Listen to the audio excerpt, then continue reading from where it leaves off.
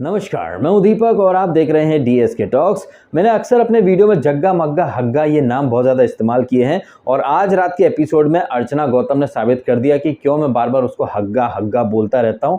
National TV पर एक लड़की जब ओपनली ये बातें करे सूसू पोटी की 2 दिन में एक बार जाती है, दैट एक्चुअली शोज कि वो अंदर से कितनी गंदी है। इनफैक्ट मेरे पास लाइव फीड का क्लिप आया था, काफ़ी टाइम हो गए, आई थिंक 1-2 वीक हो चुके हैं, जहां पर लाइव फीड में इसने अर्चना ने ओपनली पाद दिया था। कहने को तो लड़कियों का जो गहना होता है वो लाज हया शर्म लड़कियों का गहना होता है, लेकिन अर्चना जैसी गंदी नाली की औरत को लाज हया शर्म तहजीब तमीज़ इन चीज़ों का कोई मीनिंग ही नहीं पता है। नेशनल टीवी पर अपना वो मजाक उड़ाती है। और हाँ, कई लोग इसको अर्चना को दबंग दबंग कहते थे, जैसे कि सौंदर्य ने आई थिंक दबंग का उसको मीनिंग बताया था। दबंग है तो फिर जाके पनिशमेंट भी दबंगई के साथ स्वीकार कर लेना, लेकिन नहीं, अर्चना सिर्फ भौंक सकती कुत्ते कुत्तियों की तरह। और इस भौंकने वाली कुतिया के जितने फैंस है वो बस चाटने लगते हैं बाहर जीभ निकाल करके अर्चना दबंग है दबंग है दबंग है। ये अर्चना जिसने गौतम ने जब वो कप्तान बना था और घर का राशन उसने कुर्बान कर दिया था, कितनी ओवर एक्टिंग की थी ना इसने। अब आप यहाँ पर एक टाइमिंग देखिए, मैंने यहाँ पर एक ट्वीट करा था कि यार ये अर्चना वही है ना जिसने गौतम के टाइम पर काफी बवाल काटा था। मैंने ये ट्वीट करा, उसके 1-2 मिनट के बाद शिव ठाकरे यही वाला पॉइंट रेज कर देता है कि तब कितनी ओवर एक्टिंग कर रही थी। इनफैक्ट यही नहीं, आज दोपहर में जो मैंने रिव्यू डाला था, मैंने कहा था ये जो टॉर्चर वाला कुछ हो रहा है और बिग बॉस वहां पर पनिशमेंट की बात कर रहे हैं, तो मैंने क्या कहा था कि राशन वगैरह का कुछ होगा। और आप देख लीजिए, आधा जो राशन है घर का वो बिग बॉस ने छीन लिया है घर वालों से। तो अब मतलब ऐसा है कि अपनी तारीफ नहीं कर रहा हूं, लेकिन जो जो चीजें मैं एडवांस में कहता हूं या फिर मेरे मुंह से निकलती हैं वो चीजें वो होती जरूर हैं, लेकिन उसके बावजूद कुछ कुकुर मुत्ते जैसे फैंस उगाते हैं और मुझे ज्ञान देने लगते कि भाई शो को ढंग से देख, ये देख वो देख। भाई आप लोग मेरे रिव्यू ढंग से देख लो ना, आपको एडवांस में पता चल जाएगा कि शो में क्या होने वाला है। चलो इसी बात के ऊपर एक लाइक कर देना और चैनल को सब्सक्राइब भी करना। वीडियो अच्छा लगे तो लाइक डेफिनेटली करना, मैं बार बार भूल जाता हूं, लेकिन आपको यहाँ पर मैंने याद दिला दिया। खैर, इस एपिसोड में अर्चना ने जो हग्गा है उसके पहले यहाँ पर वो एंथम वगैरह हुआ, उसके बाद किचन में टीना का अलग ही पारा 7वें आसमान पर था। पहले वो शिव से आर्ग्यूमेंट करती हैं और हाँ, डुम्बुल के अब्बा जान तो भाई बड़ी बड़ी बातें कर रहे थे कि टीना के मुंह पे लात मारना। यहाँ तो डुम्बुल जो है वो हग कर लेती है टीना को, और टीना का तो आज बर्थडे भी था, बर्थडे में उन्हें कप्तानी चाहिए, लेकिन अफसोस वो मिल नहीं पाएगी क्योंकि यहाँ पर शिव ने ऑलरेडी प्लान कर लिया कि निम्रत को कैप्टन बनना चाहिए। और वो बात करता भी है कि अगर हम टीना को बनाएंगे तो वो एक नई चैन बनाएगी, फिर वो हम ही लोगों को हटा देगी। तो टीना तो वैसे भी ट्रस्टवर्दी नहीं है और शालीन भनोट तो वैसे भी ट्रस्टवर्दी है ही नहीं। तो यहाँ पर अगर शिव एंड निम्रत ये प्लान कर रहे हैं कि टीना कैसे भी करके कैप्टन नहीं बनना चाहिए, तो आई थिंक उनका अपनी जगह सोचना सही है। But at the same time अगर हम टीना के पॉइंट ऑफ व्यू से देखें तो वो बहुत ज्यादा डेस्परेट है कैप्टन बनने के लिए, और टीना जो है वो कप्तान बनने के लिए या फिर कुछ पाने के लिए किसी की भी बलि चढ़ा सकती है। आपको याद होगा वो रूम एलोकेशन वाला जो टास्क हुआ था, वहां पर ट्रेन के ऊपर इन लोग खड़े थे, वहां पर उस टास्क के दौरान इसने टीना ने शालीन भनोट की कितनी चुगलियां करी थी, कितनी बुराइयां करी थी। तो टीना जो है वो ट्रस्टवर्दी तो बिल्कुल भी नहीं, और ऐसी नॉन ट्रस्टवर्दी इंसान के हाथ में पावर देना मतलब अपनी कब्र खुद खोद लेना। बिकॉज टीना जो है वो अपनी टॉप प्रायोरिटी में शालीन को रखेगी, और शालीन अभी ऑलरेडी एक नया गठबंधन बनाने की प्लानिंग कर रहा है। कभी अर्चना के साथ बातें करता है, कभी सौंदर्य के साथ, और जिस तरह से ये अर्चना फ्लर्टबाजी कर रही थी कि टीना और ये सब फेक हैं, और बीच में जग्गा भी कूदती है कि क्या आप ये सब कैमरे वगैरह के लिए हो रहा है या फिर क्या है आपका। तो शालीन क्या जवाब देता है वहां पर कि मेरा और टीना का बिल्कुल वैसे ही जैसा आपका और इसका है, इसका मग्गा का। वैसे मग्गा और जग्गा के बारे में आई थिंक एपिसोड के टुवर्ड्स द एंड या सेंटर वाले पार्ट में टीना एक बात बोलती है कि 5 साल तक जग्गा ने मग्गा से बात तक नहीं की थी, और जिस तरह से हम यहाँ पर देखते हैं आए दिन मग्गा रूट करके बैठ जाता है। जैसे वो सो कॉल्ड इंडिविजुअल प्लेयर्स, बाकी सारे तो मंडली वाले हैं ना, लेकिन सो कॉल्ड इंडिविजुअल प्लेयर्स जिनके दिल मिले हुए हैं, जब ये अर्चना नकल उतार रही थी, ऐसे ऐसे करके चल के आ रही थी, तो ऑब्वियसली अंकित बुरा मान गया, और अंकित आए दिन बुरा मानता रहता है क्योंकि शायद उसका दिल इन लोगों के साथ लगता नहीं है, जबरदस्ती में क्या उसको बैठना पड़ता है। अच्छा, अंकित से मुझे एक चीज याद आई कि अंकित की फैंटेसी थी ना कि अब्दू और साजिद एक दूसरे के साथ गुचिपू करें। आई थिंक उस दिन तो इसकी अंकित की फैंटेसी फुलफिल नहीं हो पाई थी, लेकिन यहाँ पर जैसे ही मस्ती मजाक चल रहा था ना, स्टैन और ये शिव अब्दू के साथ मस्ती कर रहे थे, अब्दू भाग के जाता है, तो अंकित ने एक भी सेकंड बर्बाद किए बिना वहां पर अब्दू को पकड़ के आई थिंक 15-20 पप्पियां तो दे ही दी थी, तो कैसे मतलब गुड़वापंथी या फिर ये कहें उसके अंदर का जो डबल ढोलकी इंसान है वो एकदम से कूद के बाहर आ गया और मौके पर चौका मार के भर भर तरीके से पप्पियों की बारिश कर दी उसने। हालांकि इसके पहले इनका जग्गा मग्गा का वही रोज की कहानी हो गई भाई साहब। उधर शालीन और टीना रूठते हैं, मनाते हैं, कस्में वादे खाते हैं कि आज बात कर लिया इसके बाद कभी बात नहीं करूंगी, और ये जग्गा मग्गा का भी यही कि मैं रूठ गया हूं, मुझे मनाओ, फिर कोने में बैठ जाओ, फिर पसंद नहीं आया एक्सप्रेस कर, बोल, ये कर। और हाँ भाई, इसी बीच हमने देखा कि आयरनी जो थी ना वो छठे माले से नहीं, 16वें माले से कूद करके आयरनी ने सुसाइड कर ली। जैसे ये जग्गा बोलती कि वो फेक नहीं हो सकती, उसे फेक लोग पसंद नहीं है।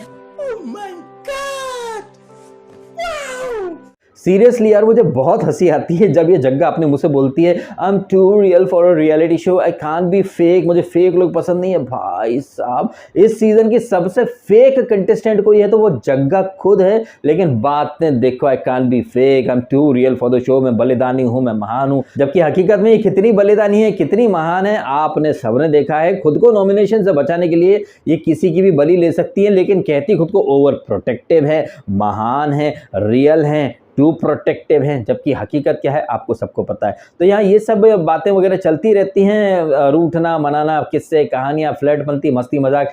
इसी बीच आ जाते हैं शेखर सुमन, और कहना पड़ेगा कि शेखर सुमन ने आज एक्चुअली में बहुत पकाया है। उनकी कव्वाली भाई मुझे तो मतलब ना तुकबंदी लगी उसमें, ना ही कोई फन लगा, क्योंकि जो बातें वो कर रहे थे कव्वाली के दौरान वही सारी बातें शेखर सुमन ने अपने रोस्ट के दौरान भी कर दी थी। और हमेशा की तरह उनके रोस्ट में या उनके जोक्स में शिव ठाकरे या एमसी को वो इतनी तवज्जो देते हैं नहीं, या फिर ये भी कह सकते हैं कि शिव ठाकरे ऐसा कोई काम कर ही नहीं रहा है कि उसे रोस्ट किया जाए। अब ये बात क्या है कि बाहर जो हेटर्स बैठे हैं उन लोगों को शायद ये बात हजम नहीं होगी, क्योंकि उन लोगों को फैक्ट और सच्चाई से कहीं कोई मतलब है नहीं। ये लोग अक्सर कहते रहते हैं कि शिव मंडली बना करके बैठा है। भाई वो इस काबिल है, इस लायक है कि उसने अपने बुते 8 लोगों को इकट्ठा कर लिया है। उनमें भी ये जो 2-3 लोग हैं, ये निम्रत या फिर टीना, ये शालीन, ये तो बिन बुलाए मेहमान है। और ये जो 3 बिन बुलाए बाराती है ना, ये जबरदस्ती में शिव के साथ चिपक ली, क्योंकि इनको दिख रहा है कि शिव जो है वो काफी अच्छे तरीके से गेम को कंट्रोल कर सकता है। और एक चीज जो कि आपको भी माननी पड़ेगी, लेकिन आप मानेंगे नहीं, वो अलग बात है कि ये जो जग्गा मग्गा जो कि बाहर से अपनी मंडली साथ लेकर के आए हैं, उनमें इतना भी दम नहीं है, इतनी भी कुव्वत नहीं है कि अपने ग्रुप को बना सके। एक बात कही जाती है कि मैं तो अकेला ही चला था जानिबे मंजिल, लोग मिलते गए, कारवां बनता गया। शिव तो अकेला ही चला था ना, उसके साथ साजिद जुड़ गया। साजिद ने एक बात कही थी ना कि भाई जब ये बिग बॉस मराठी का विनर है तो मैं तो चाहूंगा ना, अगर मैं एक कंपटीशन में आ रहा हूं तो वहां पर एक ऐसा बंदा जिसको ऑलरेडी उस टूर्नामेंट या कंपटीशन का नॉलेज है, तो मैं तो जाहिर सी बात है उसके साथ चिपक लूंगा। और स्टैन भी आ गया था, अब्दू भी है, 4 लोग थे। फिर गौरी भी जुड़ती है, और गौरी इस ग्रुप से बाहर गई तो सीधा शो से बाहर चली गई। और वहीं दूसरा ग्रुप देख लो जहां पर टू रियल, ओवर प्रोटेक्टिव और हद से ज्यादा रियल लोग हैं, कैसे उन्होंने अंडर द बस अपने दोस्तों को डाल दिया। ये बात हमने तब भी देखी थी जब गौरी जो कि शिव को छोड़ करके उस ग्रुप में घुसी थी, वहां से सिर्फ 3 गुलाब मिले, और उसके 1-2 वीक बाद गौतम का पत्ता कट गया। और जिस तरह से वीकेंड का वार में सलमान खान ने कहा ही कि खुद को अच्छा दिखाने के लिए अपने दोस्तों की बलि चढ़ा देती हैं ये so called too real for a reality show वाली मैडम।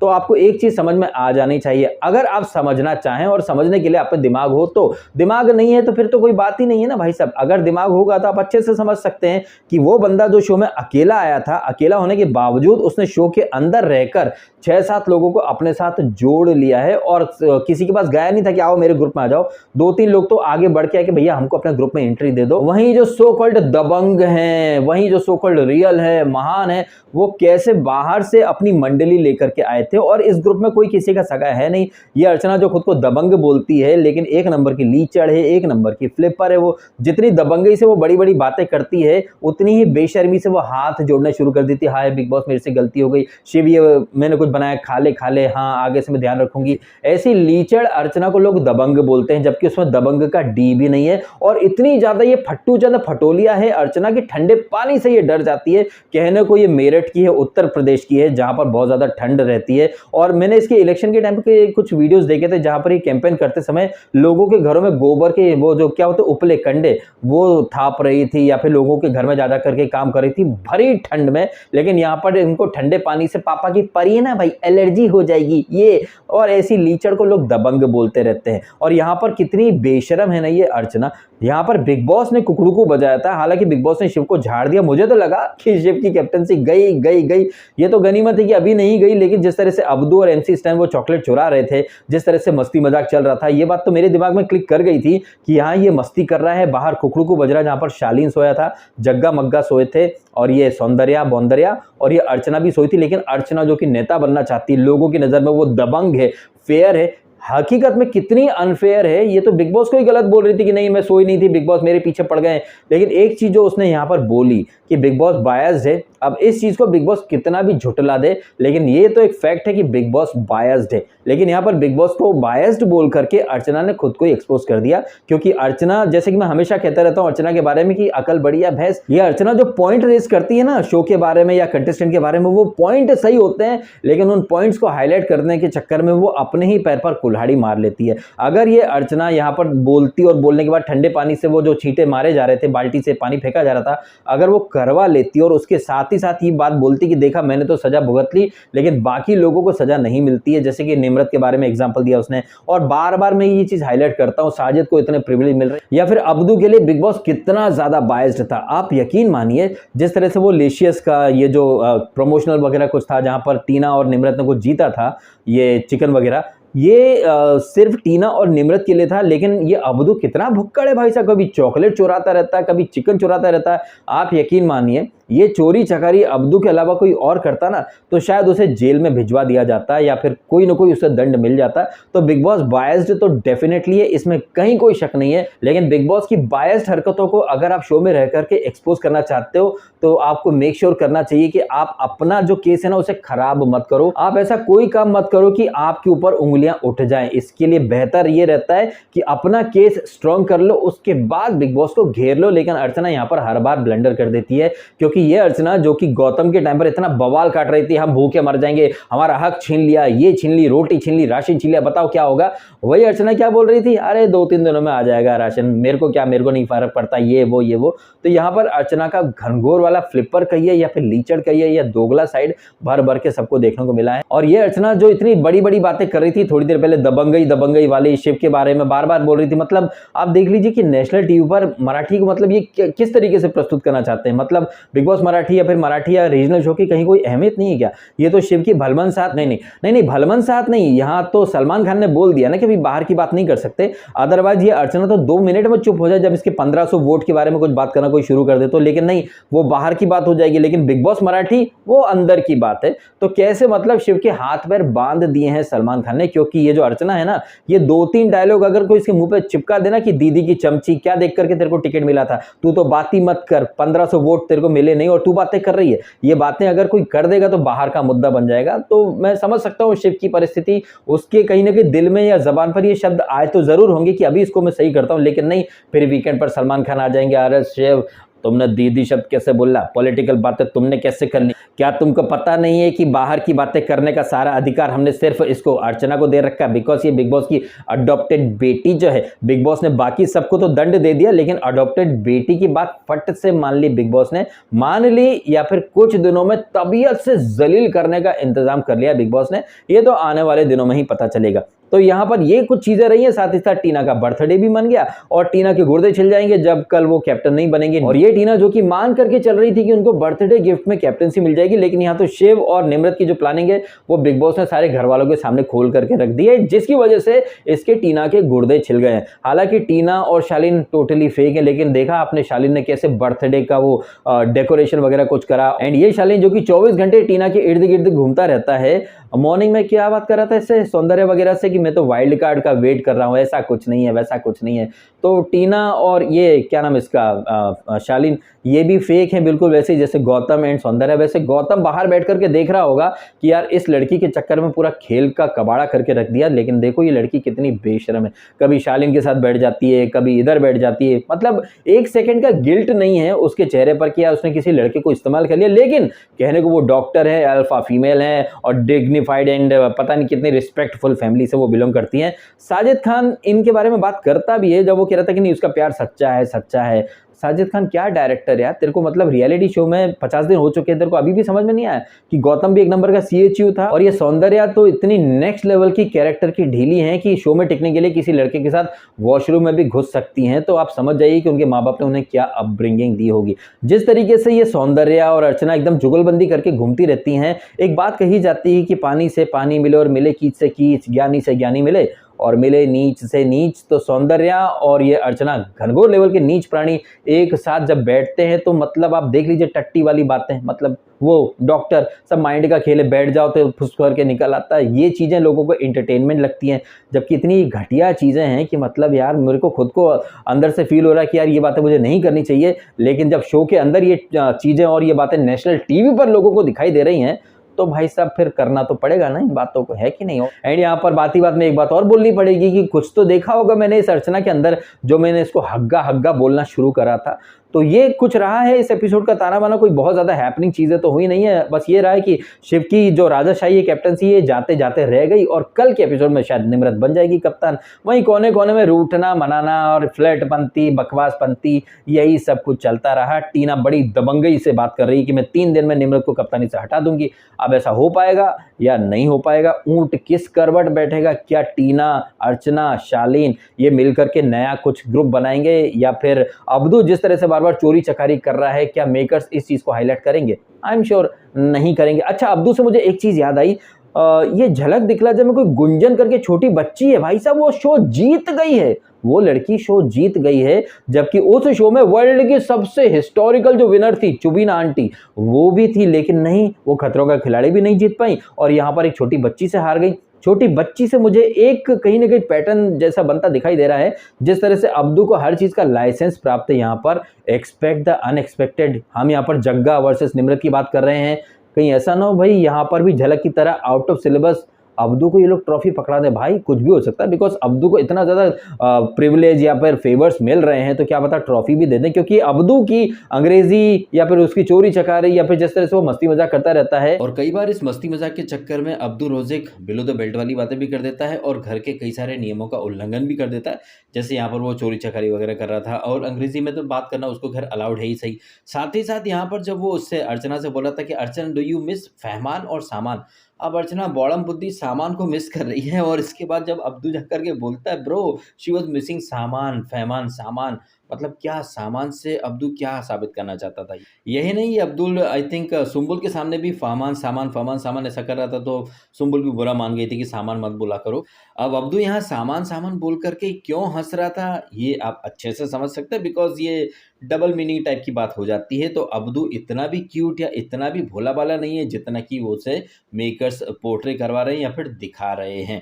खैर सीधी सादी तो निम्मो भी नहीं है, जिस तरीके से निम्मो एकदम से टीना के खिलाफ होती हुई गई है इस एपिसोड की स्टार्ट से ही, एक रूपरेखा उसने पहले से ही बनाना शुरू कर दी कि भैया शिव कुछ भी हो जाए, नहीं भैया क्या बोल दिया, वो तो दोस्त थे और क्या पता आने वाले टाइम में हैशटैग भी बन जाए अगर निम्मो का बाहर वाला बॉयफ्रेंड यहाँ नहीं आता है तो यहाँ इस एपिसोड से ही निम्रत ने अपना खेल खेलना शुरू कर दिया। टीना से वो मनमुटाव कहिए, एक तरह से रूपरेखा बना दी कि भाई टीना को मत बनाना मुझे बनाना। जब ये सीजन शुरू हुआ था तो शालीन गौतम सौंदर्या निम्मो ये सब दोस्त थे, ये सब लोग मिलकर के शिव को अपने से नीचा समझते थे और खुद को बहुत बड़ा 30 मार का समझते थे। अब आप देख लीजिए गेम में आगे बढ़ने के लिए निम्मो अपनी डे 1 की जो दोस्त है ना टीना, उसकी पीठ में भी छुरा भोंकना चाहती, जबकि टीना और ये शालीन और ये निम्रत इन तीनों ने मिल करके प्लान किया था कि शिव के ग्रुप को कैसे तोड़ा जाए। लेकिन जैसे कि एक बात कही जाती है कि आप दूसरे के लिए गड्ढा खोदेंगे तो सबसे पहले आप खुद उस गड्ढे में गिरेंगे, और बिग बॉस के अंदर तो कर्मा जल्दी मिलता है। आप दूसरे का ग्रुप तोड़ना चाहते थे, आपकी खुद की दोस्तियां टूट रही हैं। वहीं शिव ठाकरे को इस चीज़ के ऊपर नज़र रखनी चाहिए कि ये निम्रत जो कि डे 1 से टीना और शालीन की दोस्त थी, मौका पड़ने पर ये इन्हीं के ऊपर पैर रख के आगे बढ़ना चाहती है। तो क्या ये हरकतें जो कि निम्रत अभी अपने डे 1 से जो दोस्त है उनके साथ कर रही है, क्या यही हरकतें निम्रत शिव के साथ नहीं करेगी? अगर शिव ठाकरे थोड़ा सा इस तरफ ध्यान दे तो बेहतर होगा, अदरवाइज बहुत देर हो चुकी होगी। और ये निम्रत जैसे आज टीना को रास्ते से हटाना चाहती है, कल को ये शिव को भी उसी तरह से रास्ते से हटाने पर उतारू हो जाएगी। क्योंकि अब तक बिग बॉस 16 की जर्नी में ऐसा कोई नहीं जिसे निम्मो डार्लिंग ने ठगा नहीं। खैर नेमो डार्लिंग कैसे कप्तान बनती हैं और कैसे नॉमिनेशन टास्क होती है ये तो हम देखेंगे कल के एपिसोड में। लेकिन आज के एपिसोड में हमने देखा कि हग्गा के ब्लेंडर बड़ी दबंग बन रही थी, लेकिन राशन भी उड़वा दिया और उसके बाद उसको कोई गिल्ट भी नहीं महसूस हो रहा है। लेकिन यही हग्गा कितनी उछल रही थी जब गौतम ने राशन को कुर्बान कर दिया था। तो यहाँ पर हग्गा ने फिर से हग दिया है। उसके पास मौका था, वो चाहती ना तो ये टास्क करती सब लोगों के साथ, जैसे कि सबको दंड दिया था। ऐसा नहीं था कि बिग बॉस ने सिर्फ इसको हग्गा को ही बोला था कि तेरे ऊपर पानी के छींटे डाले जाएंगे और साजिद खान वहाँ अपना अलग ही सबको खिला रहा था कि खाते रहो खाते रहो। मतलब साजिद अपना अलग ही चलाता रहता है। लेकिन यहाँ पर इसके हग्गा के पास इतना अच्छा मौका था कि वो चुपचाप पनिशमेंट सहती, लेकिन उसके बाद में बिग बॉस को एक्सपोज करती। लेकिन नहीं, उसने तो पनिशमेंट भी नहीं सही, जबकि बाकी लोग उन्होंने पनिशमेंट सही भी और बिग बॉस ने उन लोगों के लिए स्टीमर भी भेज दिए। तो मतलब एक अच्छा मौका था इसके पास कि चुपचाप ही पनिशमेंट सुनती, झेलती, उसके बाद बिग बॉस को एक्सपोज करती। लेकिन नहीं, उसने तो पहले ही भौंकना शुरू कर दिया कि अब मैं देखती हूँ, बिग बॉस का बहुत हो गया, ये हो गया, वो हो गया।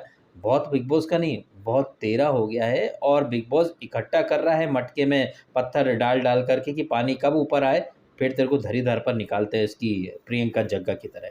तो हाथ को आया था एक अच्छा मौका, लेकिन इसने हग्गा ने ब्लंडर करके मौके पर चौका मारने के बजाय मौके पर हग दिया। अर्चना की ऐसी हरकतों के ऊपर एक डायलॉग फिट हो जाता है कि यहीं हगेंगे हम। अच्छा खासा कुछ करती है, उसके ऊपर वो हग के चली जाती है। अर्चना के इस अंदाज के ऊपर आपको क्या कहना है कमेंट अवश्य करें। वीडियो अच्छा लगा तो इसको लाइक अवश्य कीजिएगा और कीजिएगा चैनल को सब्सक्राइब यदि आपने नहीं किया तो। आपने समय निकाला, वीडियो देखा, आपका बहुत बहुत धन्यवाद। Thank you so much.